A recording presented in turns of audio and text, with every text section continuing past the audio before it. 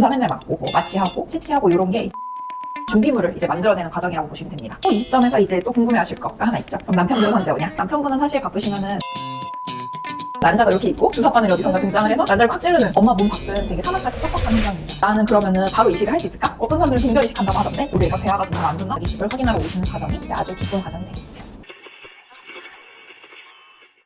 안녕하세요. IN 이재경입니다. 오늘은 시험관 시술 한 사이클이 어떻게 이루어지는지, 어떤 시술인지 좀 헷갈리시거나 처음 접하시는 분들을 위해서 좀 설명드리는 시간을 가져보려고 합니다. 우리가 보통 알고 있는 시험관 시술 이라고 하는 거의 다른 이름은 체외수정이라고 하는 거예요. 쭉 이제 보면서 조금씩 더 설명을 드릴 건데 전체적인 시험관 시술의 과정은 이렇게 진행이 됩니다. 여기서 가장 중요한 거를 먼저 보시려는 수정 이 부분이에요. 요거는 몸 바깥에서 일어나는 게 시험관 시술의 핵심입니다. 이제 수정이라는 거는 정자랑 난자랑 이제 만나는 과정을 말을 합니다. 이제 정자랑 다르게 난자 같은 경우에는 원래는 우리 몸 속에서 배란이 되고 몸 속에서 정자를 이제 만나게 되는데요. 이걸 몸 밖으로 끄집어낸 거예요. 그래서 이제 난자 채취를 하는 과정이 이제 우리가 시험관 시술에 있어서 우리가 그냥 생각했을 때 주사 맨날 맞고 뭐 마취하고 채취하고 이런 게 이제 흔히들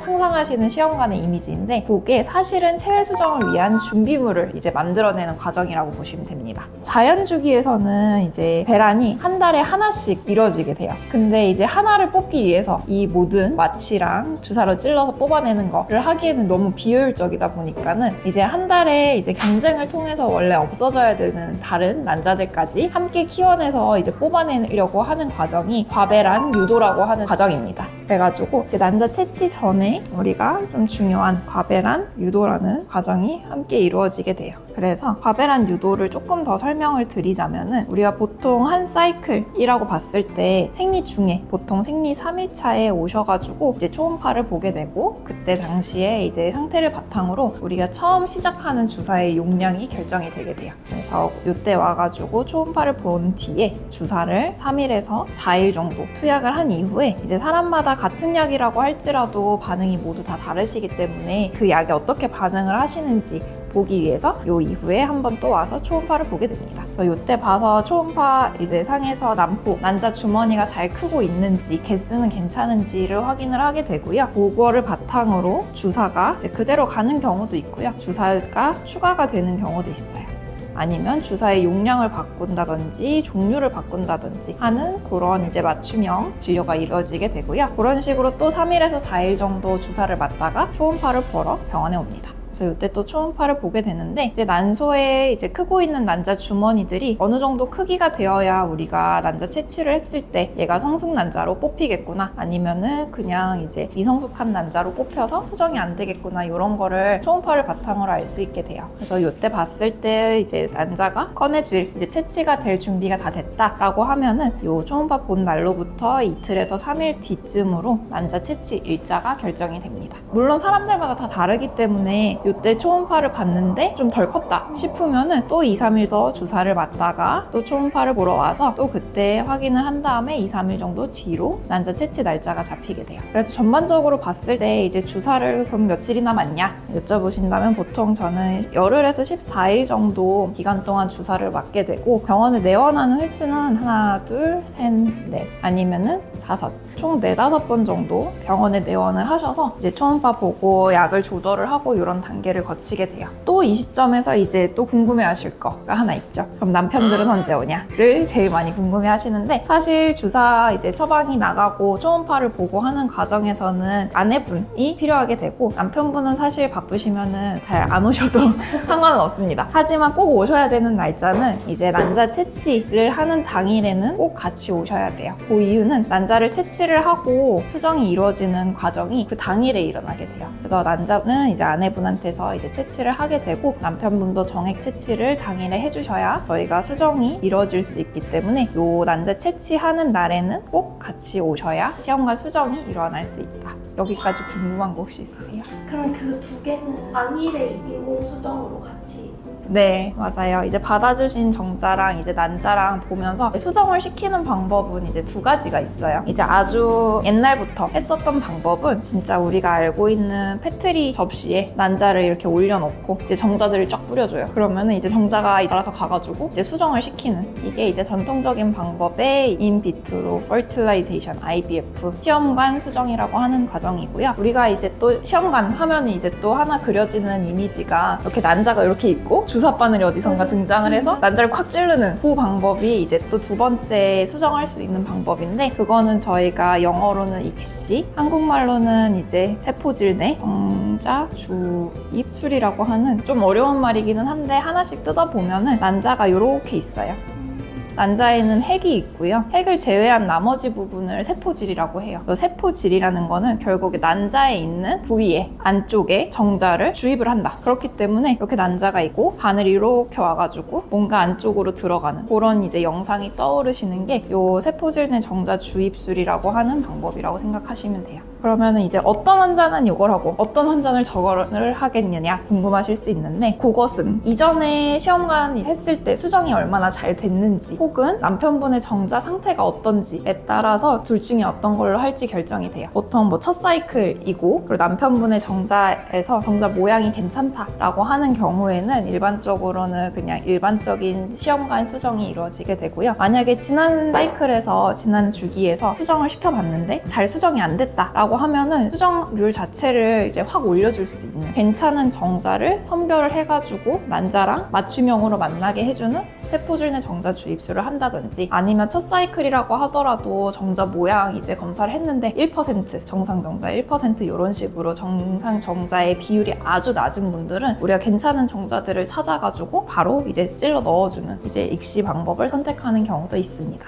그래서 이렇게 수정이 어떻게 이루어졌는지 다음날 아침에 이제 확인을 하게 돼요. 그래서 이제 예를 들어서 난자를 나는 15개를 채취를 했는데 다음날 연락이 왔는데 수정이 된 건 8개다. 이렇게 연락을 받으면 나 절반밖에 수정 안 됐어? 라고 이제 생각을 하시는 분들이 있어요. 근데 이제 그거는 여러 가지 이제 뭐 요인에 따라서 달라질 수 있는데 성숙 난자 단계의 난자들만 수정을 시킬 준비가 돼 있는 거예요. 예를 들어서 15개 채취를 했는데 그 중에 뭐 8개만 성숙 난자였다. 그리고 나머지 7개는 미성숙 난자라서 수정을 시킬 수 없는 상태였다. 근데 그 중에 8개가 이제 수정이 됐다라고 하면은 이제 성숙 난자의 비율은 조금 적지만 그래도 수정은 잘 된 케이스라고 보실 수 있겠고요. 이제 만약에 15개 중에서 한 13개 정도 이제 성숙 난자의 개수가 많이 나왔는데 그 중에서 이제 8개만 이제 좀 수정이 된 경우라면은 성숙 난자의 비율은 높지만 수정된 개수는 적습니다. 그러면 이제 다음번에 수정률을 조금 더 높일 수 있는 방법, 아까 보셨던 세포질 내 정자 주입술이나 이런 걸 더 추가적으로 할지 이제 고민이 되는 그런 방향이라고 보시면 될 것 같아요. 여기까지 일단 궁금한 거 잘 이해가 됐을까요? 이해가 너무 잘 됐어요. 그래요? 어떻게 성교육이 이런 식이었다고 들을 수도 있겠다. 그래서 이제 수정이 몇 개 됐는지 이제 알게 되고, 그 상태에서 이제 수정됐다고 얘를 바로 넣어주는 거는 사실 아니긴 합니다. 우리가 지난 시간에 배웠을 때 정자랑 난자랑 나팔관에서 이제 수정이 일어나고 나서 착상되려고 자궁까지 오는 게 한 5일에서 7일 정도 걸린다고 말씀드렸잖아요. 그런 것처럼 자궁이 이제 준비가 되려면 시간이 어느 정도 필요하고, 우리가 실제로 수정된 배아를 실험실에서 한 3일에서 5일 정도 키우게 됩니다. 그래서 이제 보시면 3일째에는 세포가 한 8개 정도 있어요. 그리고 5일째는 몇백 개 정도, n백 개 정도 있게 되는데, 여기서 3일째 이제 확인을 하게 돼요. 3일째 확인을 했을 때 배아가 좀 튼튼하게 잘 크고 있어서 5일 배아까지 잘 갈 수 있을 것 같다 라고 하면 추가적으로 더 배양을 하게 되고, 만약에 3일째 봤는데 이제 좀 배아가 좀 약하다, 크고 있는 게 모양이 좋지 않다 라고 한다면은 바로 이제 3일째 이식을 고민을 하게 됩니다. 그 이유는 이제 몸 바깥에, 엄마 몸 밖은 되게 사막같이 척박한 환경이에요. 그래서 몸 밖에서는 살아남을 게 조금 어렵겠다라고 생각이 되어도 엄마 몸속에 들어와서 진짜 더 좋은 환경에서는 충분히 더 잘 클 수 있는 포텐셜을 가진 배아들이 있기 때문에, 일단 저희 병원에서는 모두 이제 5일 배아로 다 키우지는 않고 3일 배아 상태에서 얼리는 게 좋겠다라고 하면은 3일 배아에서 이제 동결을 하거나 아니면 이식을 하거나 결정이 되고요. 만약에 5일 배아까지 잘 가는 친구들은 5일 아니면 혹은 6일 때 이제 이식을 하거나 동결을 하게 됩니다. 착상률은 3일 배하고 오일배아가 좋은가요? 네, 맞아요. 그래서 5일까지 클 수 있는 애들은 5일까지 키우는데 안 될 것 같을 때는 3일 배아 상태로. 네, 맞습니다. 그래서 그런 이제 말씀해주신 착상률이나 이제 임신율의 차이가 있기 때문에 우리가 이식할 수 있는 이제 개수도 조금 달라요. 일단은 현재 상황으로 조금 이제 설명을 드리자면은 3일 배아, 5일 배아가 있으면은 아까 5일 배아 조금 더 좋다 그랬잖아요. 그렇기 때문에 이식을 하는 데 있어서는 5일 배아는 조금 더 적게 이식을 할 수 있게 이제 나라에서 정해놨고 3일 배아는 아무래도 착상률이 좀 떨어지다 보니까는 그러면은 이제 여러 개를 넣었을 때 이 중에 하나는 되겠지 이런 식으로 이제 개념을 잡고 있으시면 되겠어요. 일단 시험관 할 때 이제 난 쌍둥이가 갖고 싶어서 시험관을 해 이런 이제 분들도 있긴 하지만 의학적인 측면에서는 사실 쌍둥이라고 하는 거는 시험관의 부작용 중에 하나라고 볼 수도 있어요. 왜냐하면 이제 쌍둥이 임신이 뭐 이제 너무 귀여운 애기들이 둘이 한꺼번에 나오고 그러고 키우는 데 있어서 한 번에 끝낸다 이런 측면에서는 조금 혹하기는 하지만 이제 의사의 입장에서 이제 특히 상과 선생님들의 입장에서는 좀 쌍둥이 임신이라는 게 아무래도 뭐 임신 중독증이나 조기 진통이나 조산 이런 위험도가 아무래도 더 높아질 수밖에 없는 컨디션이기 때문에 이제 합병증으로 보는 측면이 맞기는 해요. 그래서 이런 허가 사항 같은 경우에는 그런 쌍둥이 임신을 좀 예방하고자 하는 목표도 있어서 이렇게 상한선을 그어놓은 거라고 이해를 하시면 되겠고 또 나이에 따라서 달라집니다. 왜냐면은 나이에 따라서 임신 성공률이 다르기 때문이에요. 35세 미만이신 분들과 35세 이상이신 분들에 따라서 또 달라지게 되는데 35세 미만은 임신이 잘 돼요. 근데 걷다가 5일 배아를 또 여러 개를 넣으면 다 임신이 될 수 있으니까는 그렇기 때문에 5일 배아는 하나를 이식을 하실 수 있는 거고 35세 넘는 경우에는 아무래도 임신율이 좀 떨어지다 보니까는 2개까지 허용을 하고 있습니다. 그리고 35세 미만에서는 3일 배아는 2개까지 될 수 있어요. 2개까지 이식이 가능하고 35세 넘으면 3개까지 이식이 가능하다. 이렇게 이해를 하시면 될 것 같습니다. 그러면 시험관으로 인한 쌍둥이는 무조건 일환성이에요? 아니에요. 하나 넣었는데 그 친구가 이제 발달을 하다가 쏙 갈라져 버리면은 일란성도 될 수 있어요. 그러면 2개를 넣었을 때 2개가 착상이 된 경우면 다 일환성이에요? 그쵸. 그러면 일란성. 한 개가 착상돼서 분열됐을 때만 일환성. 네, 맞아요. 근데 일란성까지는 우리가 어떻게 할 수 없는 부분이니까 이제 일란성을 최대한 이제 가급적이면 하지 말자 이런 의미라고 보시면 되겠습니다. 그러면 이제 또 다음 궁금증. 나는 그러면은 바로 이식을 할 수 있을까? 어떤 사람들은 동결 이식한다고 하던데 이런 이제 궁금증이 있으실 수 있는데 일단은 배아의 이식의 측면에 있어서는 얼마 전에 박 원장님 이제 유튜브 업로드 된 거에서도 보셨다시피 신선이나 동결이나 크게 차이 없거나 아니면 오히려 동결이 낫다 이렇게 이제 보는 사람들도 있어서 어떤 거를 하자고 하든지 일단은 너무 걱정은 안 하셔도 될 것 같아요. 동결 이식 합시다 라고 했을 때 뭐 내가 배아가 뭔가 안 좋나? 이런 측면이라기보다는 내 몸 상태에 따라서 그건 좀 결정이 된다라고 보시면 될 것 같아요. 3가지 이제 경우가 있는데 동결을 이제 하게 되는 경우가 첫 번째는 난자가 너무 적게 나왔다. 아니면은 이제 이전의 사이클들을 봤을 때 배아가 형성이 되는 게 이제 조금 개수가 좀 적겠다 하는 분들은 좀 배아를 모아가지고 여러 차례 난자 채취와 시험관 수정을 거쳐서 이제 배아가 좀 충분히 준비가 됐을 때 이식을 한다. 이런 개념에서 배아를 모아가는 경우에도 그럴 수 있고요. 두 번째 경우는 난소 과자극 증후군이 올 거로 이제 좀 고위험으로 판단되는 분들의 경우에는 이제 그런 식으로 동결 이식으로 방향을 좀 바꾸게 됩니다.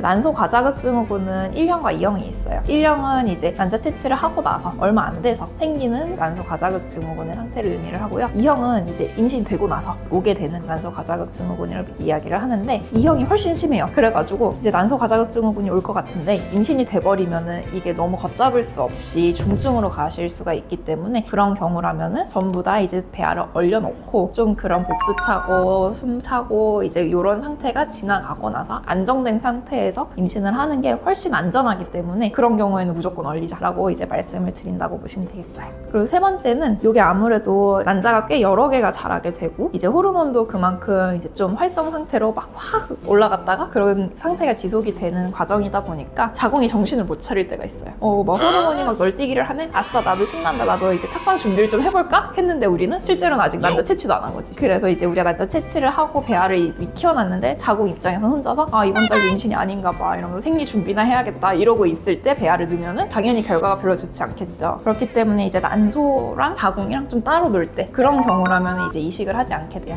그러면 이제 그런 상태인지 아닌지 내가 어떻게 아느냐라고 하면은 이제 우리가 난자 채취 결정되는 날 이제 한 2, 3일 정도 있다가 난자 채취하러 옵시다 라고 결정이 되는 날 피검사를 하자고 할 거예요. 그 피검사는 이제 크게 두 가지 목적이 있는데 하나는 이제 여성 호르몬인 에스트로겐 수치를 측정을 해가지고 난소 과자극 증후군이 올 것 같은가 아닌가를 1차적으로 좀 알 수 있게 되고요. 두 번째는 이제 자궁이 제정신을 차리고 있는지 보는 그런 목적도 있습니다. 피검사에서 혹시나 이제 자궁이 조금 혼자 먼저 앞서 나가고 있는 것 같다 라고 하면은 피검사 했는데 호르몬 상태 때문에 동결을 하고 다음 주기에 준비 제대로 해서 이식을 합시다 라고 이제 말씀드리는 경우가 되겠습니다. 그래서 만약에 내가 이제 친선 이식을 하기로 이제 결정이 됐다 라고 하면은 3일 배아를 이식하는 경우에는 채취를 하고 3일 있다가 연락이 와요. 원장님이 오늘 이식하자고 하셨어요 라고 하면은 그날 오셔가지고 이식하는 과정은 마취를 하는 과정도 아니고 오래 걸리는 과정도 아니기는 해요. 이제 보통 시험관 하신 분들은 대부분 나팔관 조영술을 좀 해보셨을 텐데 나팔관 조영술 할 때 이제 초반에 질경을 넣고 안쪽으로 얇은 관을 넣게 돼서 그 이후에 이제 아픈 과정들이 있는데 거기까지만 딱 멈추게 돼요. 이제 안쪽에 나팔관 사실 조영술 할 때보다 훨씬 더 얇은 관을 자궁 안쪽에 이렇게 위치를 하게 되고요. 배로 초음파를 보면서 이 관이 잘 위치를 했는지 1차적으로 확인을 합니다. 그러고 이제 관이 잘 위치를 했으면은 이 안쪽으로 엄청나게 더 얇은 배아를 이제 가지고 있는 얇은 이제 관을 밀어 넣게 돼요. 그래서 초음파를 보면서 자궁 내에서 가장 이상적인 위치에 배아가 딱 놓일 수 있게 위치를 시켜주고 그러고 나서 이 관들은 나오게 됩니다. 그래서 사실 이제 배아 이식 같은 경우에는 들어가는 이제 관의 길만 잘 찾으면은 정말 금방 끝나게 되고요. 우리가 얼굴이 다 다르게 생긴 것처럼 이제 어떤 분들은 그 길이 일직선으로 나 있는 분들도 있고 어떤 분들은 좀 꼬불꼬불해서 이제 길 찾는데 좀 시간이 걸리는 분들도 있기는 한데 그런 거를 이제 생각을 했을 때라도 대부분은 마취 없이 금방 끝나는 시술이라고 생각하시면 되겠어요. 그래서 일단은 이렇게 우리가 신선 이식으로 숨가쁘게 달려오는 이제 한 달이 끝났어요. 그러고 나면은 이제 보통 채취하고 나서 한 저희 병원은 12일 정도 뒤에 이제 1차 피검사가 있게 되고요. 1차 피검사에서 임신 수치가 나왔다라고 하면은 이틀 뒤에 2차 피검사를 하게 되고 그때 이제 2배 이상 잘 올랐는지 더블링이 잘 됐는지 확인을 한 다음에 잘 됐으면은 한 일주일 정도 있다가 아기집을 확인하러 오시는 과정이 이제 아주 기쁜 과정이 되겠죠. 일단 여기까지가 신선 이식이고 그 다음에 동결 이식도 얘기해야 돼요.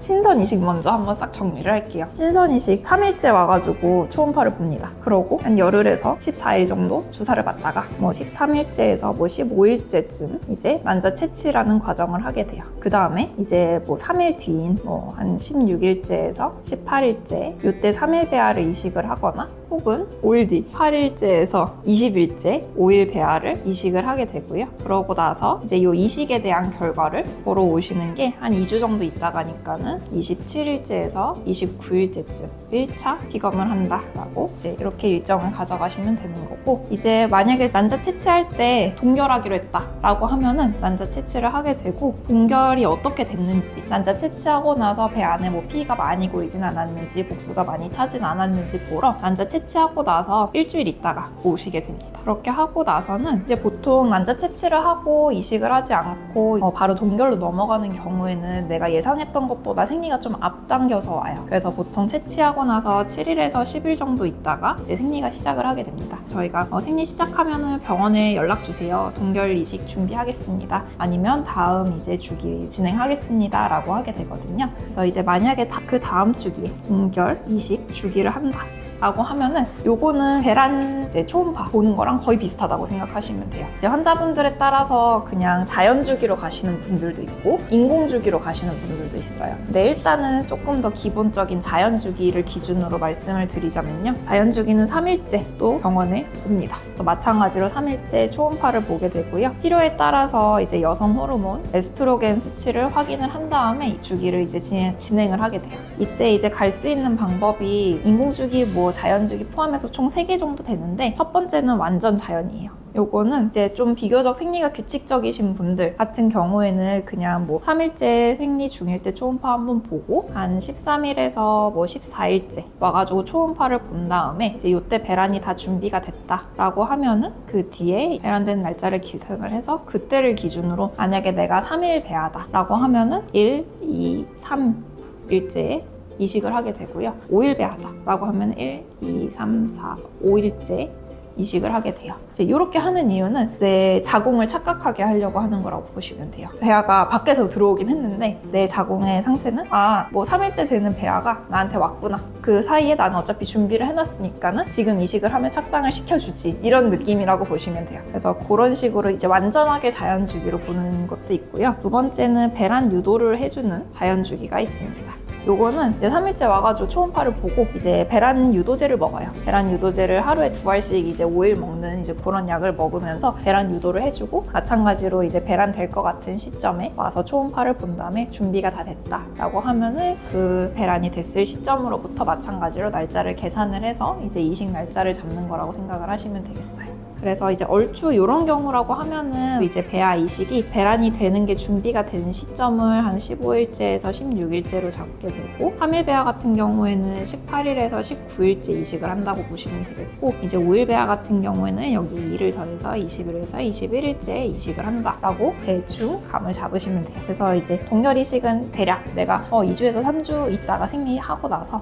그때쯤 이식을 하겠구나 라고 생각을 하시면 되겠고 이제 요거 2개 중에서 그럼 나는 어떤 걸 하게 될까? 라고 하면 내가 비교적 생리가 아주 규칙적으로 하는 사람이다 라고 하면은 완전 자연주기로 갈 확률이 좀 있고요. 내가 만약에 생리가 주기가 좀 길었다 아니면은 이전에 배란 유도 이제를 해본 적이 있다 라고 하면은 배란 유도 자연주기로 갈 확률이 좀 더 높다라고 보시면 될 것 같아요. 그리고 이제 마지막 3번째 같은 경우에는 인공주기입니다. 인공주기는 처음부터 약을 쓰고요. 끝까지 약을 써요. 인공주기 하는 데 있어서 2가지 중요한 호르몬은 에스트로겐이랑 프로게스테론. 이제 지난 시간에도 잠시 나왔던 이름이 어려운 이제 호르몬들인데 우리 몸에서 에스트로겐은 이제 난자가 커지면서 분비가 돼요. 그리고 프로게스테론 같은 경우에는 이제 처음에는 분비가 안 되다가 배란이 되게 되면 서서히 분비가 되기 시작합니다. 에스트로겐은 자궁 내막, 이제 저번에 착상이 되는 그 푹신푹신한 쿠션 같은 부위라고 말씀을 드렸는데 에스트로겐은 자궁 내막을 두껍게 증식을 시켜주는 역할을 하게 되고요. 프로게스테론은 그 두꺼워진 애를 유지를 시켜줘요. 그래서 요거를 몸에다가 비슷하게 자연적인 거랑 비슷하게 넣어준다라고 보시면 돼요. 그래서 보통 에스트로겐 먹는 약 혹은 질정을 이제 생리 시작했을 때부터 쭉 사용을 하게 되고요. 이제 중간에 한번 초음파를 보러 오게 됩니다. 초음파를 봤을 때 자궁 내막이 충분하게 증식이 됐다라고 판단이 되면은 이제 필요에 따라서 여성 호르몬 농도를 측정을 해서 여성 호르몬 농도는 충분히 올라갔다라고 판단이 되면은 그때부터 또 프로게스테론 질정이나 주사 혹은 이제 먹는 약을 사용을 하면서 요 두꺼워진 자궁 내막이 유지될 수 있게 약을 쓰게 되면서 그거 날짜에 맞춰서 이제 이식을 진행을 하게 되는 거죠. 날짜 자체는 사실 이전에 보셨던 자연주기랑 거의 비슷하게 간다라고 보시면 돼요. 그러면 이제 어떤 사람들한테 인공주기를 쓸까? 이제 또 고민이 되는 부분은 이제 내가 배란 유도제를 먹어도 배란이 잘 안 돼. 그러면은 하염없이 배란만 기다리면 또 며칠 몇 주가 지나가게 되잖아요. 그런 분들은 인공주기로 이제 조금 더 만들어서 이제 이식을 하는 게 조금 더 나을 수 있고 두 번째는 내가 이제 좀 스케줄을 난자님의 스케줄에 맞춰서 빼는 게 이제 컨디션상 안 된다. 아니면 직장상 문제가 있어서 내가 요 날만 뺄 수 있다. 라고 하는 경우는 인공주기로 하는 게 이제 앞뒤로 하루 이틀 정도 차이 나는 거는 그렇게 크게 구애받지 않고 사용할 수 있는 주기이기 때문에 그런 경우라면 인공주기를 사용하는 경우도 있습니다. 그래서 동결 이식까지 끝났어요. 힘들어요.